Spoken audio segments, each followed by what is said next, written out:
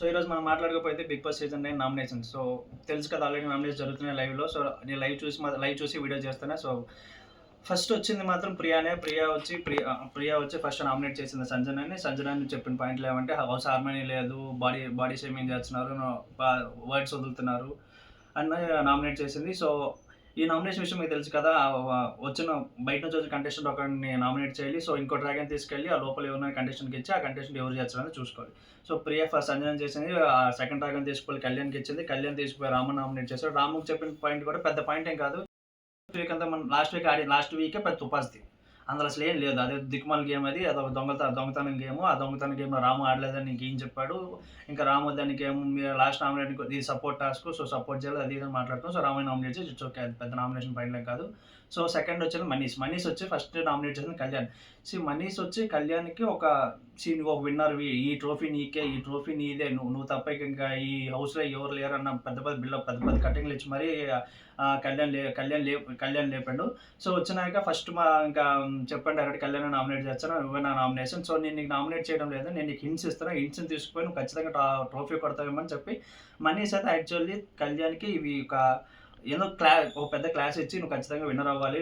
నీకు winner material ఇవి. నువ్వు ఇదంతా చేసుకుంటావు. ఇవి మార్చుకుంటే నువ్వు విన్నర్ అవుతావని ఇంకా ఆయనకు ఒక ఎలివేషన్ సీన్ రాసిండే. తర్వాత డైరెక్ట్‌గా నువ్వు లాస్ట్ వీక్ ఇమ్మాన్యుయల్ నీకు ఒక టికెట్ ఇచ్చి నీకు ట్రోఫీ ఇచ్చినట్టు అయ్యా. నువ్వు పోయి తనుజని చేసినట్టే ఖచ్చితంగా నీదన్న ఇండైరెక్ట్ సెన్స్‌తో కళ్యాణ్‌కి ఇంటి కూడా ఇచ్చేసి నువ్వు లాస్ట్ వీక్ ఖచ్చితంగా తనుజని చేస్తుంటే తనుజన్ కళ్యాణ్ అయ్యేది. మీ ఇద్దరికైతే ఖచ్చితంగా ఒకవేళ ఫ్యాన్ బేస్ ఎట్టుంటే అటు అయితదన్న ఒక ఉద్దేశంతో చాలా పెద్ద హింట్స్ ఇచ్చారు. ఇంత హింట్స్‌ని కూడా కళ్యాణ్ హింట్స్‌లకి తీసుకుంటాడా? లేకుంటే అది మరి ఆయన ఎట్లా ఆలోచిస్తున్నాడో ఏమో నాకైతే అర్థం కావడం లేదు. ఇప్పుడు తీసుకున్న ఒక పాయింట్స్ గాని ఒకవేళ కళ్యాణ్ నీట్‌గా అర్థం చేసుకొని ఇప్పుడు మనీష్ చెప్పిన పాయింట్స్ గాని, నెక్స్ట్ శ్రీజ చెప్పిన పాయింట్స్ గాని అర్థం చేసుకొని ఖచ్చితంగా ట్రోఫీ కళ్యాణ్ గెలుస్తాడు. సో, అది ఏం జరుగుతుందో చూద్దాం.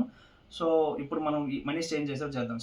మనీష్ ఫస్ట్ పాయింట్ ఏం చెప్పాడంటే, నువ్వు ఇమాన్యుయల్ దగ్గర టికెట్ తీసుకొని నువ్వు చేసిన ఫస్ట్ మిస్టేక్ ఏంటంటే నువ్వు తనుజని నామినేట్ చేస్తావని నువ్వు టికెట్ తీసుకొని తనుజని నామినేట్ చేయకుండా అక్కడే నువ్వు ఇమాన్యుయల్‌కి వెన్నుపోటు పొడిచావు.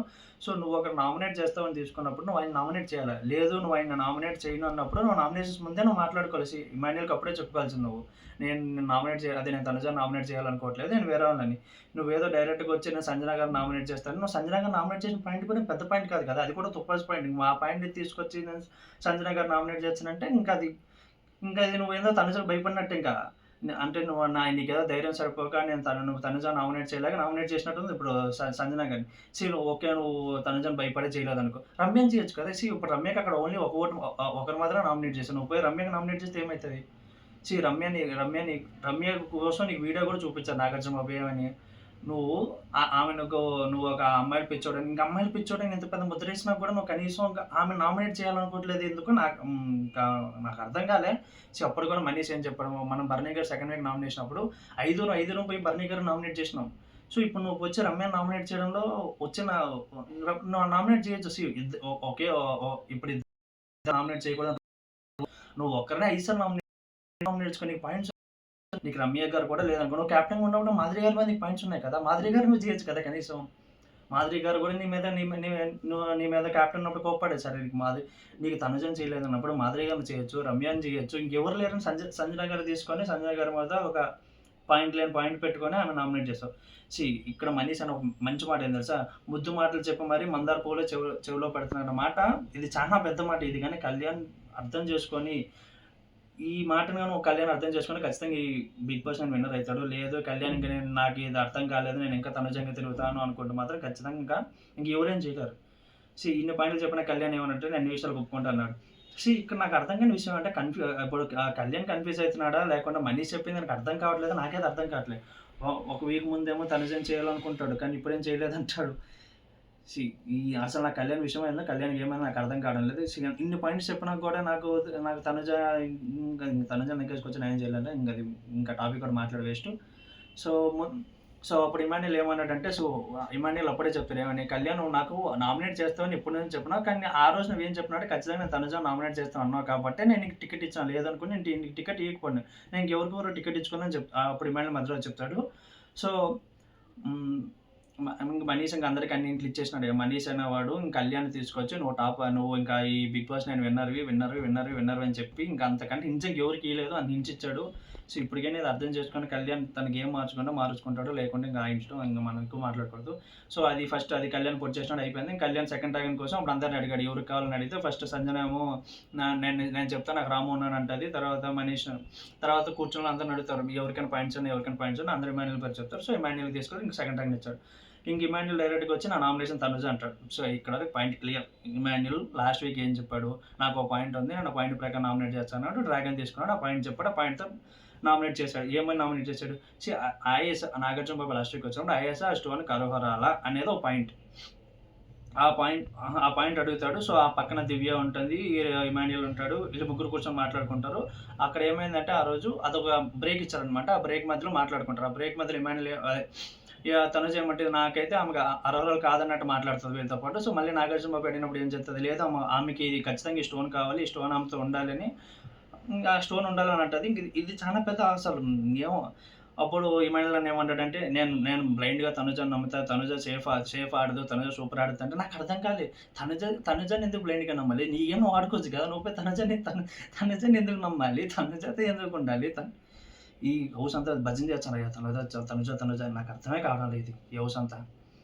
సో ఇంకా అది అయిపోయింది. క్లారిటీ ఇంకా నాకు ఒకటే నామినేషన్ ఉందనేది నేను అందుకే లాస్ట్ వీక్ నామినేట్ చేయాలి. క్లారిటీ తెచ్చుకుని 1 వీక్ తర్వాత చేద్దాం అనుకున్నాను. అందుకే ఈరోజు నేను డైరెక్ట్ నామినేషన్ ఉంటే చేద్దాం అనుకున్నాను చెప్పి ఈరోజు నామినేట్ చేస్తాడు. సో ఇంకో పాయింట్ ఏం చెప్తాడంటే నువ్వు ఎప్పుడూ ఒక పాయింట్ మీద స్టిక్ అవ్వట్లేదు, నేను ఫస్ట్ నుంచి చూస్తున్నా, ఫస్ట్ వీక్ నేను అబ్జర్వ్ చేస్తున్నా, నువ్వు ఆ వీక్లో ఒక మాట మాట్లాడుతావు, ఈ వీక్లో ఒక మాట మాట్లాడుతావు.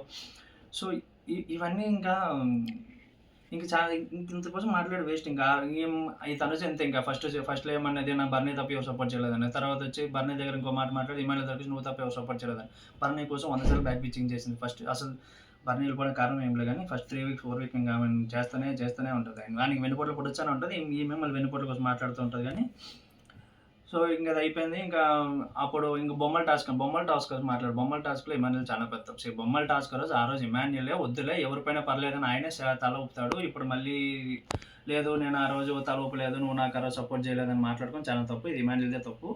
సో ఇమాన్యుల్ దీని తర్వాత మాట్లాడే పాయింట్ చాలా కరెక్ట్. అసలు యాక్చువల్లీ 1 వీక్ మొత్తం నీకు బెడ్ టాస్క్ చేసిన, వాటర్ అటాక్లో ఇన్నే సపోర్ట్ చేసిన, ఇన్ని చేసినా కూడా వీకెండ్లో నాకు స్టాండ్ తీసుకోలేదు నాగార్జున అడిగినా నాకు చాలా బాధేసింది. సో ఇదే విషయాలు ఇమాన్యుల్ తీసుకుపోయి అదే 3rd వీక్ 4th వీక్లో కానీ చేసి ఉంటే అది అప్పుడున్న పాయింట్స్ వేరు. ఇప్పుడు నువ్వు తీసుకొచ్చి 7th వీక్లో 8 వీక్స్ అప్పుడు ఎప్పుడు ఏదో చేసినా అప్పుడు ఏం చేసినా అప్పుడే ఉండదు. ఇమాన్యుల్ ఇది ఒకటే మార్చుకోవాలి. అప్పుడు ఏదైనా పాయింట్ ఉంది ఆ వీక్లో సార్ట్అవుట్ చేసుకొని ఇమాన్యుల్ నేర్చుకోవాలి. ఇది లాగి నేను 8th వీక్లో చేస్తాను, 9th వీక్లో చేస్తా, 10th వీక్లో చేస్తా అంటే అన్ని వీక్లు ఎవరు ఉండరు. ఇప్పుడు ఇది చేయడం వల్ల నీకు సేఫ్ గేమ్ అన్నారు. ఇదే విషయం 3rd వీక్ 2nd వీక్లో చెప్పుకుంటే నేను సేఫ్ గేమ్ అన్న ముద్ర అయిపోతాను. ఇప్పుడు అందరు నేను సేఫ్ గేమ్ అని అందుకే అంటున్నారు అన్నారు. సో అంటే ఇప్పుడు మళ్ళీ ఏమంటే ఐసా విషయంలో ఇప్పుడు మాతో పాటు నువ్వు 7 వీక్స్ 6 వీక్స్ ట్రావెల్ చేసినావు, మాతో పాటు లేనంత బాగానే నీకు ఐసాతో అదే వీక్లో నీకు గొడవ అయింది. ఆమె నిన్ను చెప్పింది నువ్వు బాండ్స్తో ఆడుతున్నావు, బాండ్సే ఉన్నాయి ఇంకేం లేవు, నువ్వు ఇన్ని వాళ్ళు బర్నీ వెళ్ళిపోయి ఇన్ని మాటలు మాట్లాడినా కూడా ఆమె వచ్చి నీకు ఏదో కూర్చొని 30 మినిట్స్లో నువ్వు వీకెండ్ ఎపిసోడ్లు చూసాను మాత్రాన నువ్వు మంచిదా ఆమె మంచి మేము చెడ్డ అయిపోయినామంటే ఇంకెందుకంటే మూర్ఖం కొట్టాను కానీ మాట్లాడుకుంటూ. సో ఇది ఇంకా మనీష్ కళ్యాణ్ చేస్తాడు, ఇమాన్యుల్ తనుజ చేస్తాడు. సో ఈ వీడియో ఇంతే ఇంకా. సో నెక్స్ట్ ఫ్లోరా వస్తుంది, నెక్స్ట్ సిరీస్ వచ్చే తర్వాత బర్నీ అని వచ్చాడు. ఈ 3 వీడియోల తర్వాత మాట్లాడుకుందాం. ఈ వీడియోకి నచ్చినట్టుంటే షేర్, సబ్స్క్రైబ్. Thank you.